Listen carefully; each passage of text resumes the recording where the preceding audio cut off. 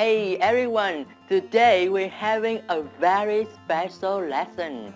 We'll learn English through a story called Life Exchange, written by Dooley. It's a very interesting story published by Express Publishing. Now we can do this thanks to Express Publishing who gave us the permission. So if you like the lesson and the story, you can buy the book and the audio CD at the link we put below the video. Now that Express Publishing is a very good publishing house for quality English learning materials. We have loved and used a lot of Express Publishing's materials ever since we were students. And now when we became teachers, we still use the books and the CDs and the DVDs from Express Publishing for teaching. Now you can refer to the website www.expresspublishing.com.uk for further information. We put the link in the description too. Now let's get on with the story of Life Exchange. It's a story of two men named Jake and Luke. They both work for the same company. Now that Luke had a very beautiful wife named Megan, and they love each other very much. But they didn't know that Jake had a secret. Jake loved Megan too. So one day, Jake and Luke went hunting. The tragedy began when they got into a car accident. Jake died. Luke was badly hurt, but it was not the end. It was just the beginning of another tragedy. Now I won't bother you anymore and I'll just let you get on with the story, okay? But there's just one more thing I love to say. That is on our website, EnglishForUse.com, there's a vocabulary list. So if you're watching this lesson on YouTube, you gotta check out the website. Yes, we strongly recommend that. Again, you can find the link to the website in the description below the video. So then I'll just walk out of here and I'll let you get on with the story.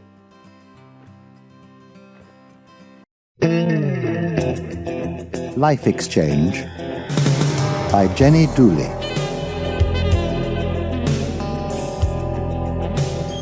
An Express Publications graded reader at level 3. Chapter 1. Luke and Jake. Luke Harrison sat at his desk and looked through the door into the next room. His secretary was preparing the room for the directors' meeting. Luke smiled. On the table, the crystal glasses and golden cigarette box were shining in the light from the lamps.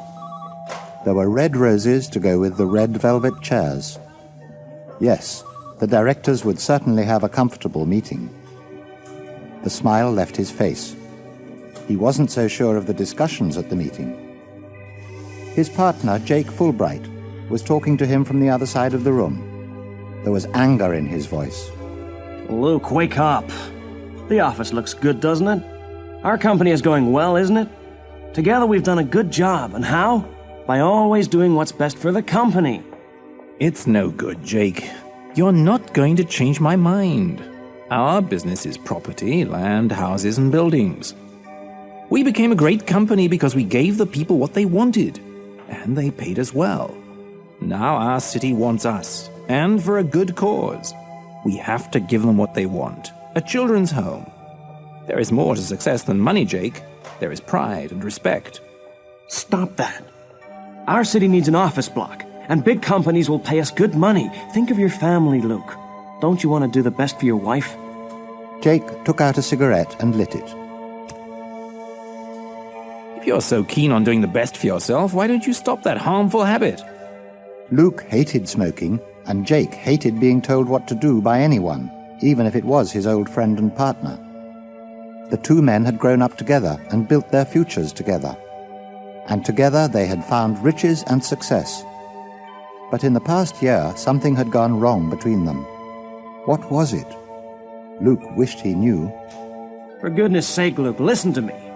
I'm going to fight you on this one. I'm going into that meeting, and I'm going to persuade those directors to agree to the new office building. I'm sorry, Jake. You can't do that. We are the partners, they are our directors. They can't agree to anything if we don't agree. Those are the rules, Jake. Rules are for losers. I'm a winner, and I take chances. Jake banged his fist on the table. Then he looked directly into Luke's eyes. He who dares wins, Luke, remember? And I dare. It was an old saying that the two men had used in the early days of their business. They had used the saying to give each other courage. Now, Jake was using it to give him the strength to fight his own partner. Just then, the phone on Luke's desk rang. Hello? He heard his wife's gentle, loving voice. Is that you, Luke? Yes, darling. How's it going at home? Fine. But what's the matter? You don't sound too happy. Dear Megan. She always knew if something was wrong. But she must not know that anything was wrong between Luke and Jake. Luke tried to sound happier. I'm fine, love. Just a bit busy. You know, the usual Friday rush to get things done before the weekend. How are things at home? Pretty busy here, too. Nathan has brought a friend home from school. Can't you hear them? They're playing upstairs. And I've got your favourite dinner, beef curry. Oh, it's nearly ready. So what time are you coming home? Listen, Megan, love, I'm sorry, but I'm going to be late. There's a meeting this evening. Oh, Luke, not again. Oh, darling, you've been working too hard lately. Try to get home and relax. We miss you. I know, love. And I'll be home as soon as I can. Luke put the phone down. He wished Jake hadn't been in the room listening to the conversation. You leave that gorgeous wife of yours alone far too much. If she was my wife, I would never leave her side. There was something about Jake when he spoke of Megan. A look in his eye and a strange tone in his voice. Luke couldn't explain why, but it made him very uncomfortable. But Jake was keeping a secret from his partner. Jake, the man with money and power, but without a woman in his life, was in love with Luke's wife. Megan knew nothing of this. She loved her husband, her son, and her home. Jake knew this, but Jake still wanted Megan. And he who dares wins, he told himself. The awkward moment in the office passed. Just then, the intercom buzzed. Jake pressed a button and listened. It was one of the secretaries. All 4 directors have arrived. Shall I take them into the conference room? Yes, please. We'll be with them in 2 minutes. Well, Luke, this is it. They're all in there. And I'm going to persuade each one of them what is best for this company. Big luxury offices. That will bring us heaps of money. Jake looked at Luke. He was daring him to answer. Then he picked up his cigarettes and walked out of the room.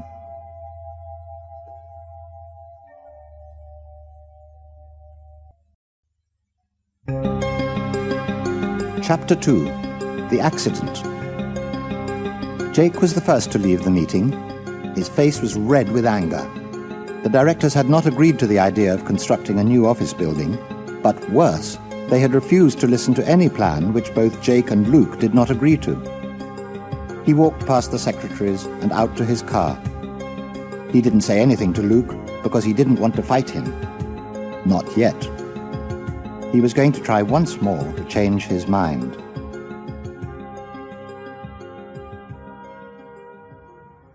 Back at Luke's house, Nathan heard his father's car coming. He ran to the front door.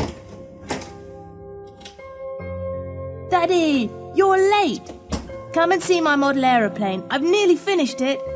Daddy, it's beef curry for dinner, your favourite. I'm starving. Are you? Can we go out on our bikes together tomorrow? Hey, slow down a bit. Hello, darling. At last. Hello, my love. It's good to be home. They all went into the living room to enjoy the evening together. The next morning, as they were having breakfast, the telephone rang. It was Jake. Hello? Good morning, Luke. Listen, I've got an idea. Why don't we go out hunting? It's been a long time since we went hunting together. Maybe we can bring a rabbit home for Megan to cook. Luke was pleased that Jake was in a good mood, and although it was Saturday, Luke decided to go out with Jake. It was a chance for them to do something together as friends. just as they used to do in the past. Good idea. Let's do it. We'll go in my car. I'll come and pick you up in an hour. I need to clean my gun first. I haven't used it for ages. It was a glorious day, a perfect day for hunting. The sun was shining through the trees, the birds were singing.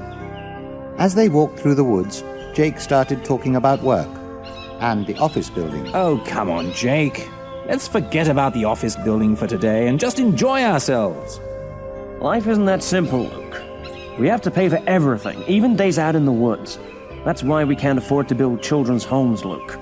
Jake, I told you. The city needs the home, and we have almost promised we're going to do it. It's the right thing to do. The right thing to do is what's good for us, not the others. Oh, come on, Jake. Let's just hunt rabbits. Now, what's that I see over there? Looks like a nice, tasty dinner to me. Luke picked up his gun, so did Jake. But Jake wasn't looking at the trees or the rabbits. The bullet from Jake's gun flew past Luke's face. For goodness sake! What are you thinking of? You almost killed me! I'm sorry. It was an accident. I touched the trigger by mistake. I'm very sorry. Look, I think it's time we went home. We are obviously not going to do any serious hunting today. Well, I didn't mean to do it. But I said I'm sorry. If you want to go, then let's go.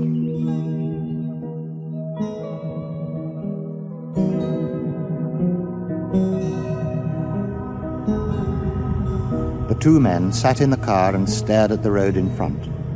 Neither of them spoke. Luke changed gear as they came into a narrow road. Jake looked down at the view across the hills and of the city below. Luke turned the steering wheel as they came to a bend. There, approaching them, was an enormous lorry on their side of the road. Luke shouted, Get onto your own side of the road! But the lorry driver didn't notice them. He wasn't looking at Luke's car. He was looking at the pleasant view below. Move over, you idiot! Watch the road! The tires screeched as Luke tried to move out of the way. But the lorry just came towards them. Luke turned the steering wheel again, fast. The car left the road and disappeared over the side of the hill. For a moment there was silence as the car flew through the air. Then came the crash. Neither of the men heard the noise or felt the flames as the car exploded. Their burnt bodies were thrown out of the car and onto the grass.